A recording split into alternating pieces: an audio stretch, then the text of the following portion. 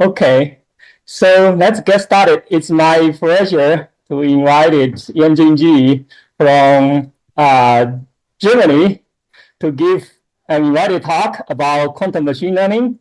And as you can see from the screen here, she recently wrote a very comprehensive review article about quantum deep learning, a comprehensive review. So if you are interested, you go ahead and check this paper out. So without further ado, Yanjun, you can take it over. Yes, thank you, Hello, for the kind invitation. It's great to be here. Yes, so today's topic is on quantum machine learning principles and applications. So today we will learn about how to.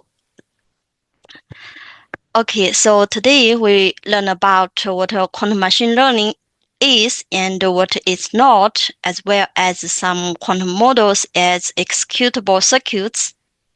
And then we learn from the learning problem to the problem where quantum entries and some encoding estimators and quantum kernels. This is followed by the near-term, more powerful models, version models, and samples. Then we learn such quantum data and scientific learning. Also, some limitations and evaluation discipline, followed by the applications and the evaluation contract. Okay, so materials and chemistry already sit at the quantum classical interface. Quantum machine learning is relevant here because scientific data often originate from quantum systems, measurements, and simulations. We have the quantum system, and we perform some such measurements and simulations. Then we get data, which can be used to train our model, and we use it to predict and then make such scientific decisions. We see experiments and decisions generate the next question. So some quantum structured objects include molecules, spectra, phase, Hamiltonians, and observables. Here, experiments and simulations produce data, and learning supports prediction, inference, and discovery. So quantum machine learning changes how representation, measurement, and inference are connected. Okay, broader to the field, quantum meets machine learning, so there are two complementary directions. First is about machine learning for quantum computing. Here, mainly use machine learning to design the quantum systems, characterize the system or the calibration, or make some control on the quantum device. Also, it can help to help the quantum workflows, for instance, some algorithm and circuit design, or the compilation, including the routing and the scheduling process, or execution analysis and validation. Also, machine learning can be used to make such reliability decisions, for instance, to select strategies within quantum error correction and mitigation, or the resource allocation and task level prediction. Okay, this is about machine learning to help the quantum computing, and the topic of the lecture here is about quantum computing for machine learning. Here, merely to use such quantum principles to make machine learning more powerful.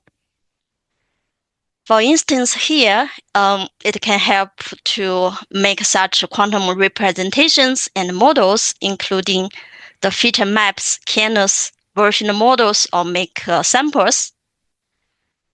Also, we can learn from such quantum data from the quantum simulation, measurements, Hamiltonian, and dynamics. So this is about quantum data learning.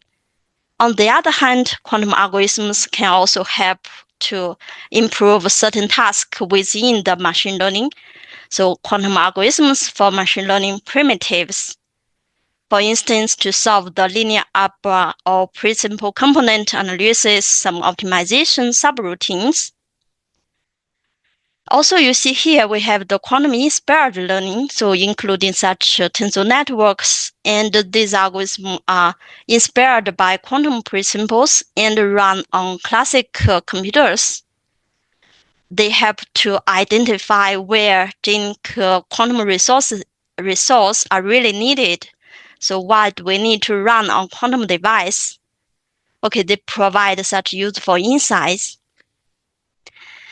Okay, this is the broad field, and now let's look at some basic quantum mechanics. So here we all know the qubit, and it lives in the Hilbert space. For n qubits, it lives in the 2 to the n-dimensional Hilbert space, and this makes the simulation of such quantum system more difficult. Then we can operate the qubit, for instance, by applying such Harman gate and such CNOT gate, and we measure the state. And if we perform such operation, we see we get a final state is 0, 0 plus 1, 1. And in reality, we need to abstract the information of the quantum state that is the process of measurement. For instance, we measure the circuit 124 times, and we get such probability here, and 0.503 for the state 0, 0, and 0.497 for 1, 1. We see it's not exact 0.5. This is because this short noise. So we have such probability, such a statistic. This is the measurement to extract the information of the circuit. On quantum device, if we run such a circuit, we see there are also some states of 1, 0, 1 and 1, 0. This is because of noise. Okay, let's look at this process more clearly. So we have the circuit here. Then we run on such quantum device. Each cycle represents a qubit. We see each qubit is connected to its neighboring qubits. And if we need to interact, for instance, 0 with 4, then we need such a swap gate. It exchanges the state of 2 qubits. Therefore, we need the routing process to ensure the connectivity, and such device support only limited number of operations. Therefore, we need the decomposition to decompose the gates of our algorithm into such native gates. So this process ensures that we can run on such quantum devices. However, these devices are with noise. We see these colors, they represent different errors, and these errors also changes over time. So this is called calibration drift. So these errors changes over time. Therefore, we need the optimization to minimize the depth of the circuit and 2 qubit gate counts to suppress the noise effect. After the compilation, then we can these operations are scheduled and convert to parse and can be executed by such a device. After the execution, we get the samples. These samples are then used to estimate our task objective function. Okay, now we have the overview how to run the circuit on quantum device. Let's look at quantum machine learning. So we start from data, and we see where quantum computing can entry into these processes. So we see this data, so it represents what is observed. And we have the model to express what can be expressed, and we have the loss to estimate the errors from the model and our data.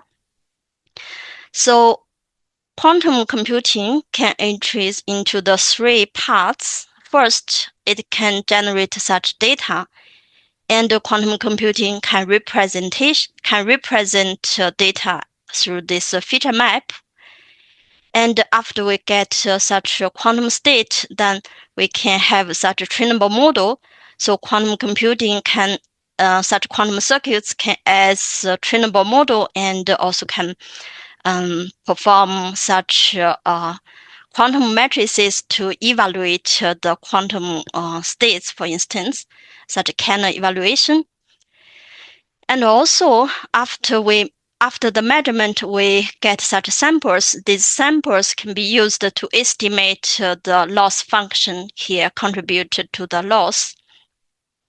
Also, for other quantum algorithms can be used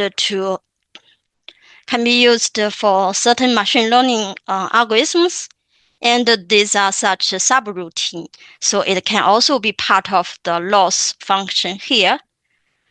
So we see the location of the quantum component determines the meaning of the machine learning model. Okay, now let's look at from quantum machine learning models to learning workflows. So we have such quantum components, and we convert integrated into the whole learning workflow, and can we make such evidence claim? So first, we have seen that quantum component could be state, circuit, or measurement observable. And for this learning workflow, it contains such a loss and update rule, or how to predict the next step and to make decisions. Then for the evidence claim, for instance, the accuracy, efficiency, or sample complexity or scientific utility. So we see here's the whole learning workflows, and from that we can make such claim. So what is specified in the whole process? We need to specify the role of the quantum component, where the quantum component sits, and the object, so what mathematical object it defines, also resources, what access and the resources it requires, also claim, so what claim it supposes. Therefore, a quantum machine learning is defined by the role, object, resources, and claim. Okay, quantum machine learning evidence, it goes beyond the training loss, because even if we have such lower training score, it cannot be generalized.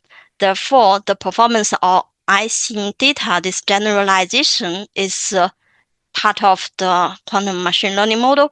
So we need to see this generalization performance.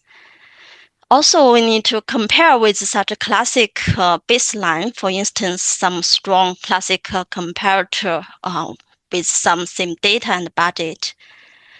Therefore, in quantum computing, so such circuit novelty is not evidence of the learning value. Also, low training loss is not a generalization. We need to still test, and hard to simulate is not automatically useful for the task. Therefore, a credible claim survives both checkpoints. Okay, now let's look at how to make such data into quantum states. So here is mainly about encoding strategies. So encoding sets the geometric before learning begins. So it determines which inputs look similar and which structures are represented and which functions become accessible. There are different encoding strategies. For instance, here the basis encoding, it encodes such a binary into this quantum state. So the main cost is a qubit overhead, and it needs to create quantize the real value data, and the geometry is discrete bit pattern. For such angle encoding, for instance, it provides such continuous features. For instance, here is for this rotation gate to perform such encoding, and may cost is qubits or re-uploading depth, and the geometry is smooth periodic. Okay, also for the amplitude encoding, it's best used for such normalized vectors, and it uses less qubits. However, the main cost is state preparation or such QIM-like access. So QIM is the quantum random access memory. It's a proposed memory inference for coherent data access. So it often assumed in quantum machine learning speed up arguments. However, its construction, loading cost, and scalability are non-trivial. So for such amplitude, the geometry is to estimate the state overlap similarity. Another popular encoding is the Hamiltonian or time evaluation encoding. So we just have this Hamiltonian and propagate and evaluate the state. So the main cost is to simulate and evaluate the whole system. And the geometry is evaluation-based similarity. So for such quantum state, it's already quantum, right? And it's best used for such native quantum data. However, to how to re-prepare such quantum state and to measure, read out the state is the melee cost. And the geometry is quantum measurement dependent similarity. Okay, this is mainly about how to convert such data into a quantum state. And this data loading, this process itself is part of the claim. So some compressed representation must to be so it needs to be balanced with the state preparation and readout cost. For instance, such amplitude encoding packs many numbers into a few qubits. However, the state preparation is costly. And for some quantum data, ask what physical access is actually available. We will also discuss this later.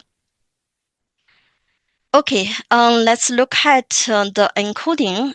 This process constrains the function class. So data encoding constrains the functions a quantum model can express. So we have the data and we encode the data into quantum state. And this process set the frequency structure. And this structure determines accessible hypothesis class. So the key idea is that data-dependent gates induce structured frequency spectra, and the encoding sets what distinctions between inputs are accessible. And after the encoding, the model capacity depends on then the circuit depth, such encoding structure of the circuit, and observable readout choice, and the trainable parameter. Here is about the model, how to train the model. So we see the encoding fixes the accessible frequencies, and ansatz and readout determine how that space is used. Okay, we have discussed quantum this encoding process. Now let's look at how to use these states to perform this unitary transformation and then read out. Then use these samples to estimate our target loss function.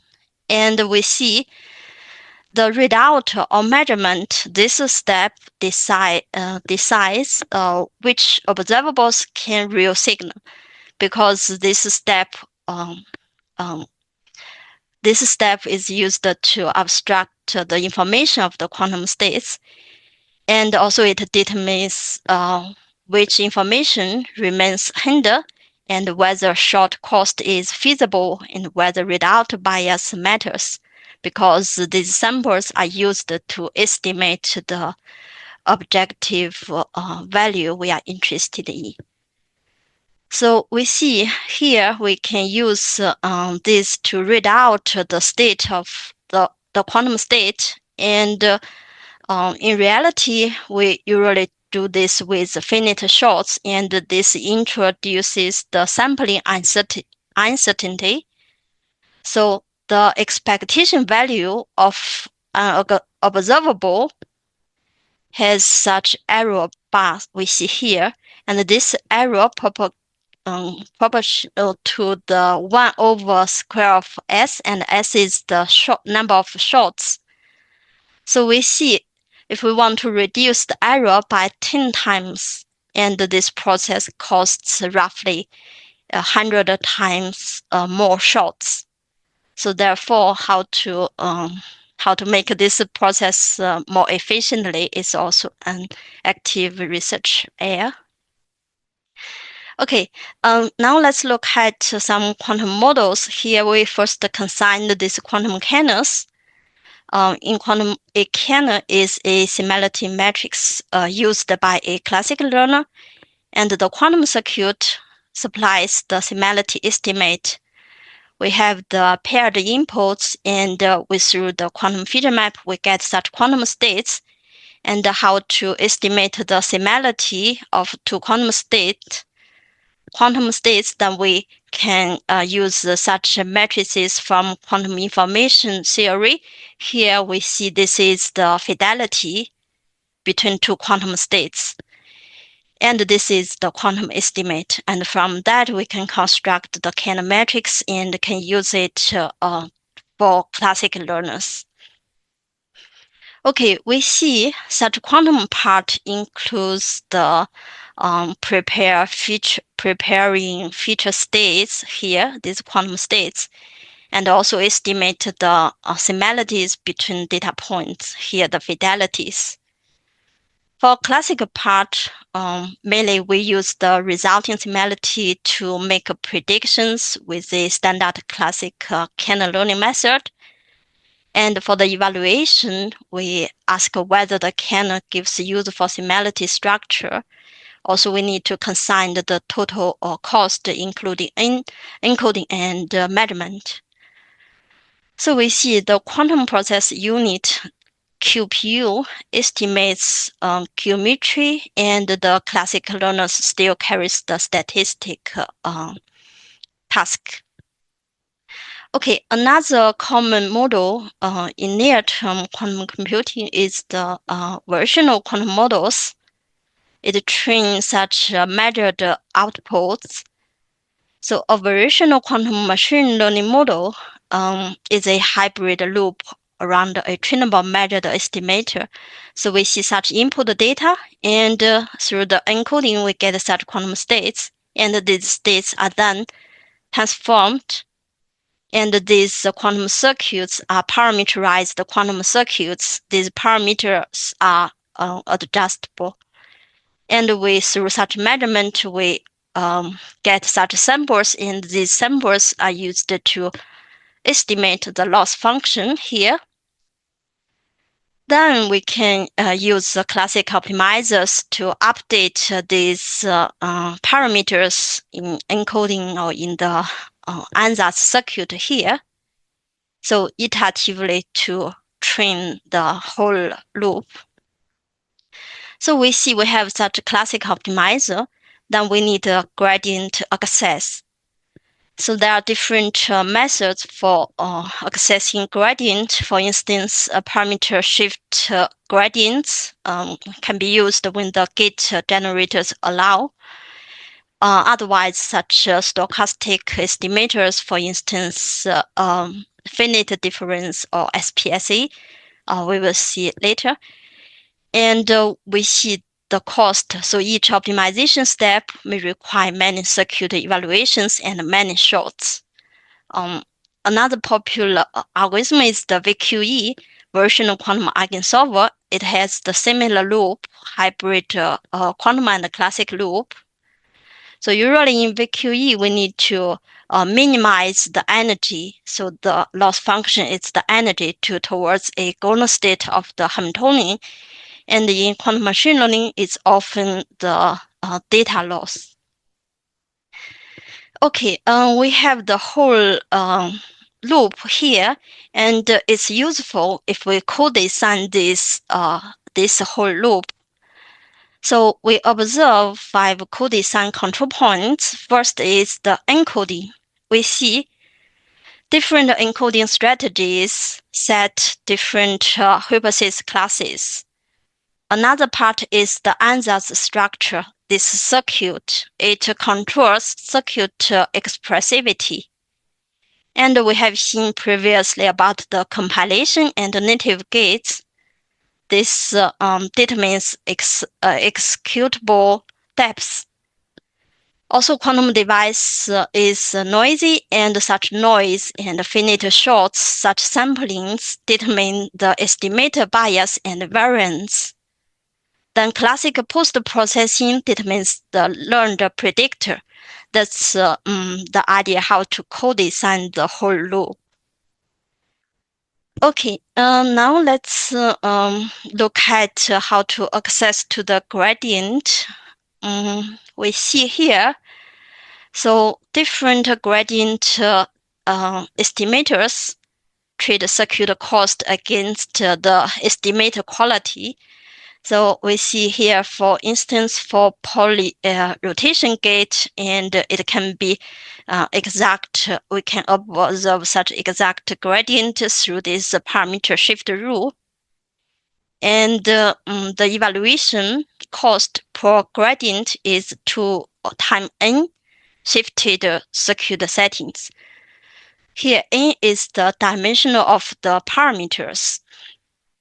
And SPSA is the simultaneous perturbation stochastic approximation. This method, for instance, it just randomly perturb all parameters simultaneously, and it caused to perturb the circuit settings. It's with lower cost but higher variance, so we need to balance the cost and the accuracy. Okay, this is about the strategies to access to the gradient. We have learned the 2 models, right? The kernels and the variational models. They are connected. So we see in the quantum kernel, the representation, so it uses such fixed feature map. Whereas in variational model, we can train such feature map.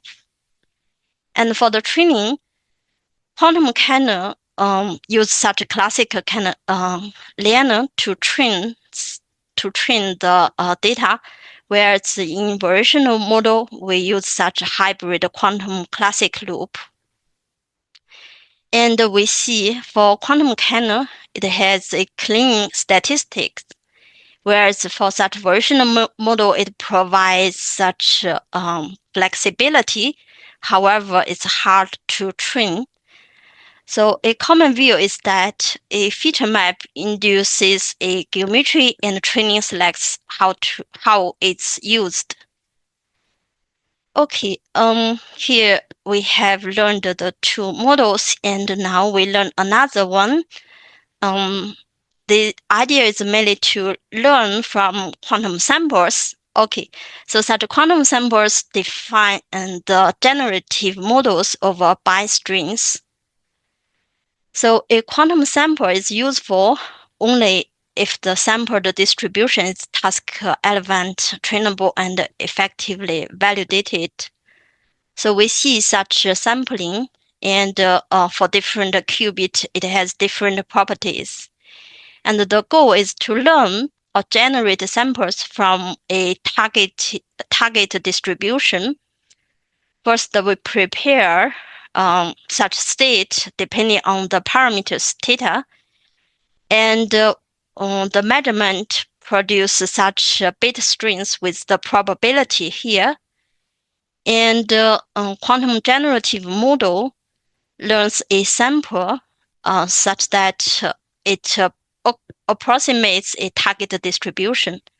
There are such examples, for instance, generate structured bit strings or molecule configurations, or such sample candidate solutions for optimization or model measurement distributions from quantum experiments. So this is about generative model. And okay, let's move on to the quantum data now. So quantum data learning is the nature routine for us here. So because quantum machine learning is best aligned with chemistry and materials when learning use data generated by quantum systems, measurements, and simulations. So we see there are different data regimes. First, the classic data through quantum models. These are such descriptors, graphs, spectra of features are encoded into the circuits. Then we measure these circuits, we get such data. And the main challenging part is loading and representation cost. So how to convert such classic data into quantum states. Also, such quantum generated classic data mainly about the measurement samples, such shadows. We will see this later, and the correlations of spectral functions. So in these examples, measurement design sample complexity is the crucial part. And for such coherent quantum data, for instance, such quantum states, channels, or dynamics. So for such data, the most crucial part is the quantum memory, or the reprepare such states, or the joint processing assumptions. So for quantum data, the access model matters because we need to abstract the information from such a system. Do we allow to store or process such coherent copies before measuring, or we can only get such independent measurement records? Okay, now let's look at how to learn from quantum measurements. So because measuring such states is expensive, then there is the method called randomized measurements, or classic shadows. It can estimate many selected properties without a full tomograph. So we reduce the sample complexity, and it can predict certain properties. Okay, so for a quantum system, then perform such randomized measurement or classic shadows, then we get a classical sketch of quantum system, and it can be used to predict the observables.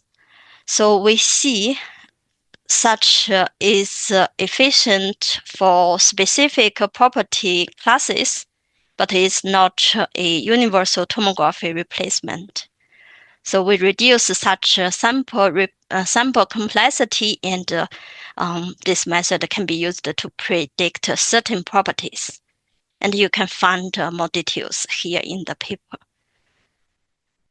Okay, we have also learned quantum algorithms can be used for machine learning primitives. So here we may see some subroutine speed up.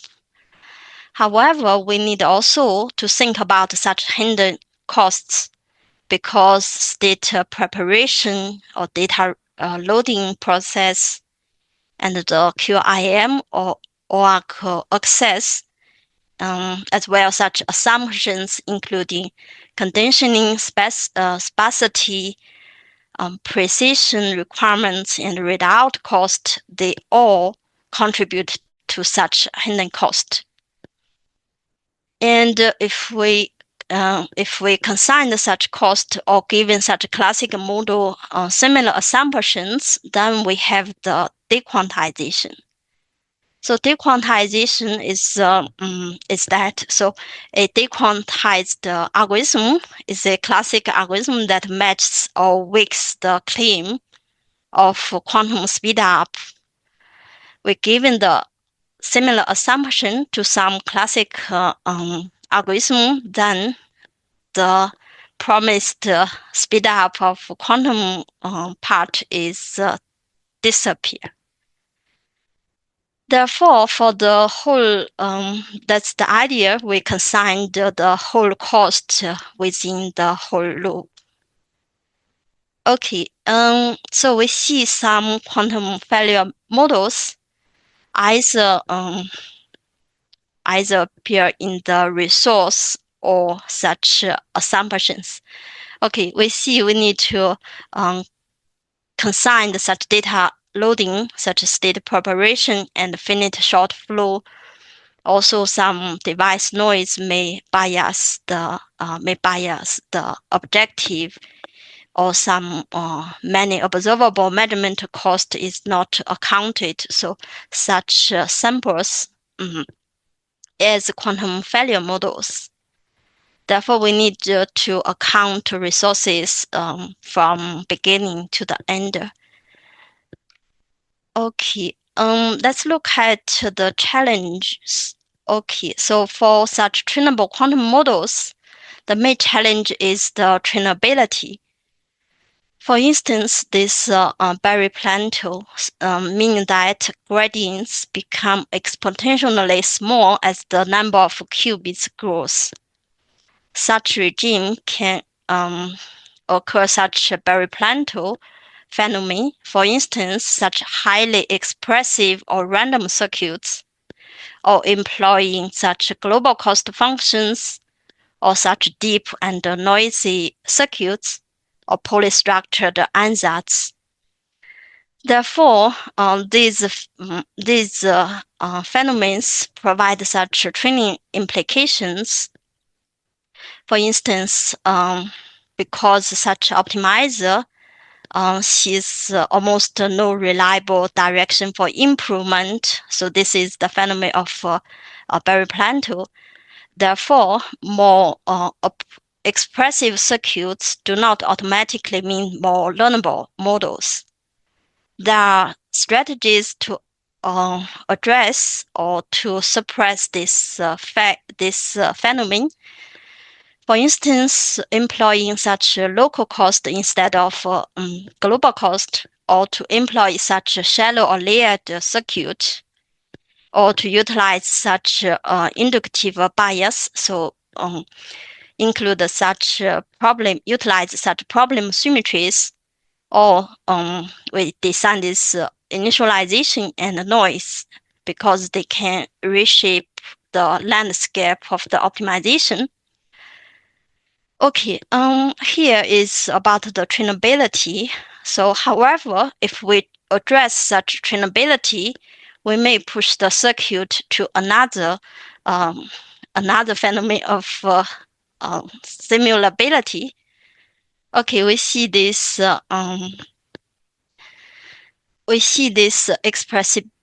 expressivity and trainability as well as this simulability. So expressivity means that we have richer function class, and they may lead such a trainability problem. And if we address the trainability problem, for instance, use such a shallow circuit, then we may push the model to simulability. They can be classically simulated. Therefore, our circuit need to be expressive enough to be useful. So useful means that it has a large reachable hypothesis class and possible hard to simulate structure. Also, we need the circuit to be trainable enough to optimize the gradients, and optimizers can use such signal to end these finite shorts and noise. On the other hand, we need our circuit to be not replaceable by such classic algorithms. Therefore, here's the trade-off, and this trade-off is a design question. So structure changes all the three axes. Okay, we have seen the challenges here. Now we want to the application. Here we provide such application landscape of quantum machine learning and quantum deep learning. So here we provide the classic data applications here, mainly about image classification, natural language processing, and such emerging domains. As said, the key bottleneck is state preparation and encoding overhead. And on the other hand, such quantum data, we see such quantum data processing, and for instance, the other is quantum optimal control. For the quantum optimal control, it evaluates such quantum system and performs such measurement. This mainly about quantum generated classic data, and we see such a bottleneck includes measurement and quantum memory availability, this QIM like memory. Okay, and in the middle we have the scientific discovery. We see our materials and the chemistry. That's here. It can be either utilize the classic data or quantum data. And also another is scientific computing for instance, solving such differential equations. And the key bottleneck is about data acquisition and also sample efficiency. Okay, you can find more details in the paper we published this year. And also related to the chemistry, matrix, and scientific computing, here quantum machine learning is most meaningful when the quantum component is tied to a concrete scientific inference task.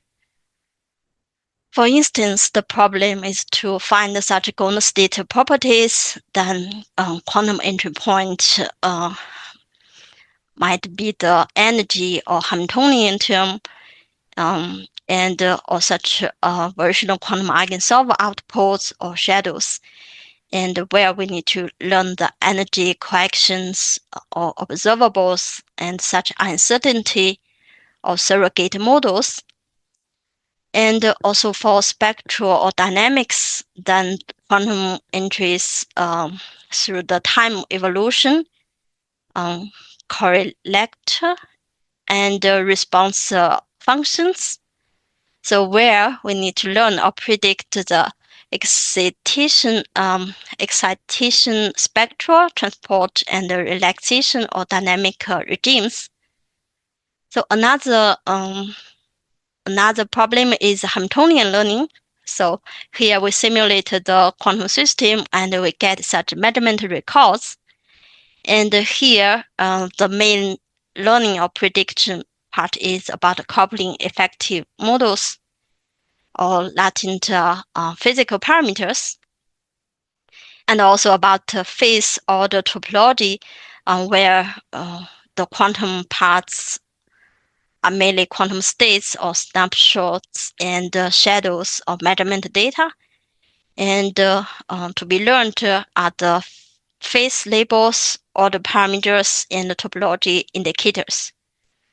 Also a very interesting part is the active learning workflows, where quantum process units and high performance computing are in the whole loop.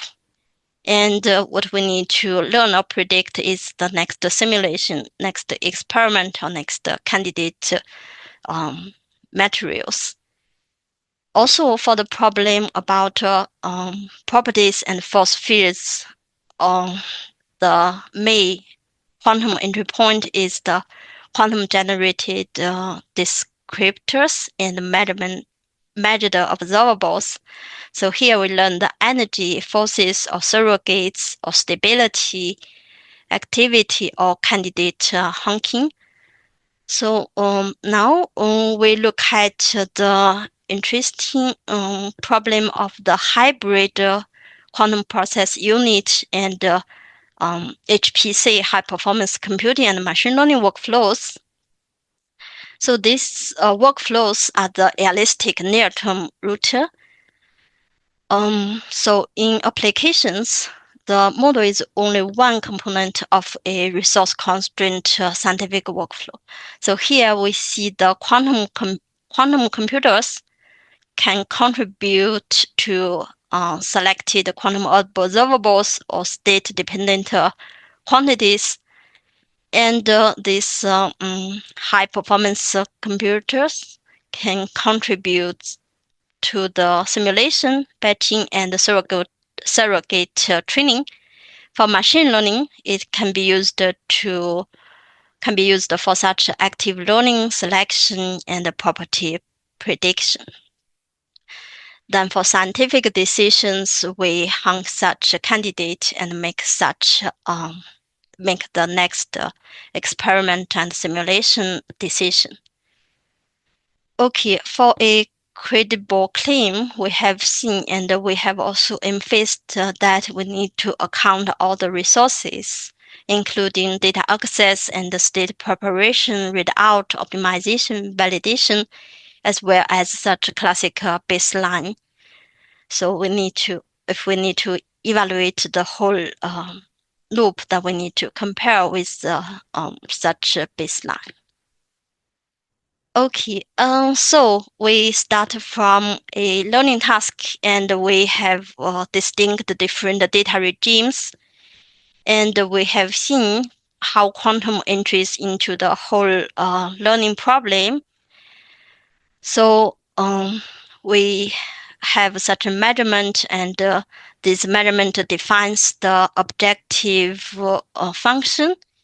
And also we think we need to account this resource and the baseline. All these factors contribute to the justified claim.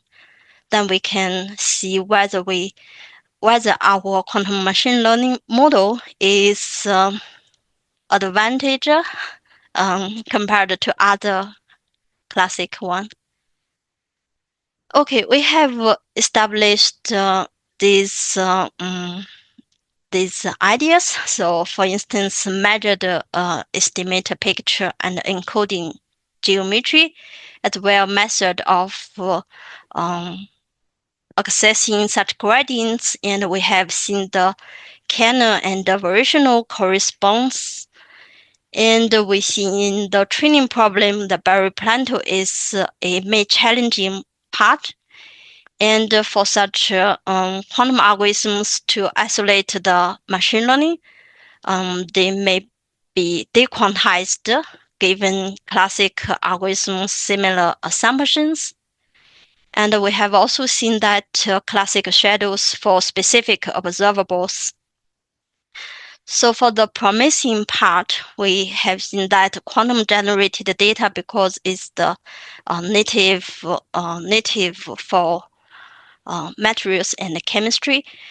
Also such coherent quantum data, we can perform processing such quantum states before the measurement, and also phase and Hamiltonian learning, as well as this quantum process unit and high performance computing and machine learning workflows. Also some active research area includes the measurement aware active learning and the scientific surrogate workflows, also the access specific quantum learning. So what remains open is the trainable and non-simulable advantage, also such practical generative advantage, fully costed scientific demonstrations and broader advantage for generic classic data because this state preparation cost and also such end-to-end resource advantage, these remain open. Okay, as I said, we have such a quantum deep learning review article here on arXiv, and where we defined the operational definition of quantum deep learning to distinct from the broader field of machine learning, where we define the quantum deep learning as a compositional learning workflow with a hierarchic pipeline depth, where a quantum or quantum-inspired component is so first functional and architecture central, and the second part of the objective or update rule, and the second evaluated under explicit access and resource assumptions. So depending on where the quantum component sits, we have such 4 quantum deep learning paradigms. So we have this increasing centrality of the quantum component to the end-to-end model. We see here we have the quantum-inspired algorithms as that they are very useful to identify where genic quantum resources are really needed.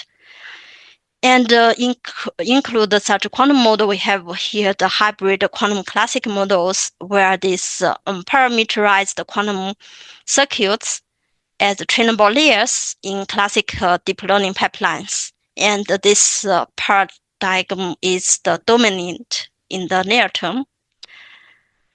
Okay, then we have quantum algorithms for deep learning primitives. Here mainly about fault-tolerant algorithms. They solve certain part of the deep learning pipeline.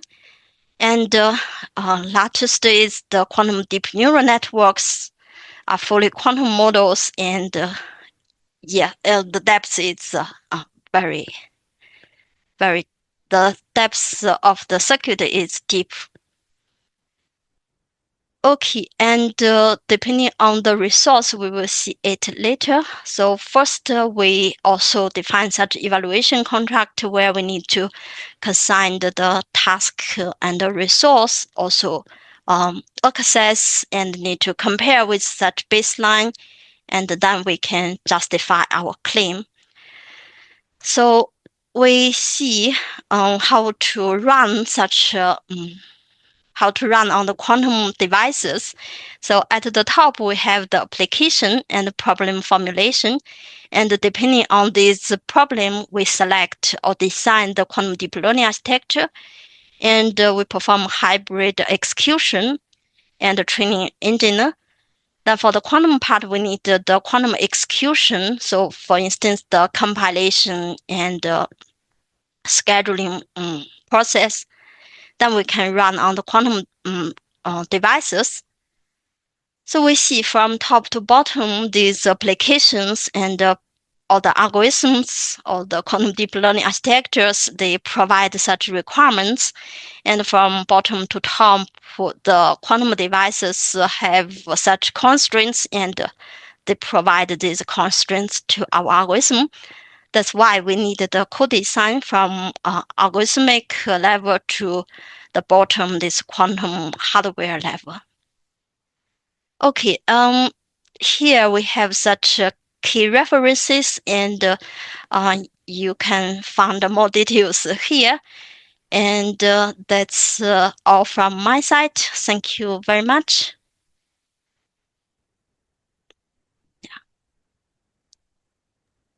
Thank you so much, Yanjun. Yeah. So do we have any question from the audience? Yeah, David. First of all, Yanjun, can you hear us? Yes. Oh, David, so maybe you can test to see whether she. Sorry, I cannot hear the student. Sorry, I can just hear you. Hold on. Maybe David, I can rephrase. Yeah.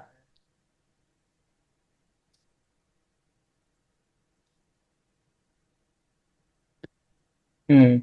So, Yanjun, the question was, have you simulated any like using a quantum machine learning to solve a real problem yet? Yeah. No, I haven't. Mm. No. Yeah. Mm. Okay. Any other question? So, Yanjun, I actually have a question. So, in one of your slides, you said you connected to natural language processing, right? Have Mhm. you seen any article, or this is just a proposal right now? Yeah, compositional semantic structures. Yes. In the review article here, we have described such quantum deep learning models for this natural language processing. Actually, so this is also a nature way to use such quantum deep learning. Yeah, Mhm. yeah. This field is also promising for such quantum deep learning models. Actually, yeah. Okay, so in that case, how do you encode different natural languages then?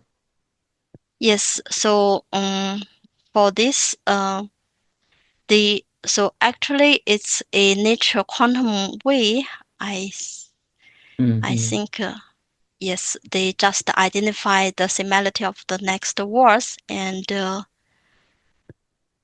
you can simultaneously to use such quantum states. Yes, I can provide more details if you are interested later. Okay, Yes, definitely. thank Yeah, you.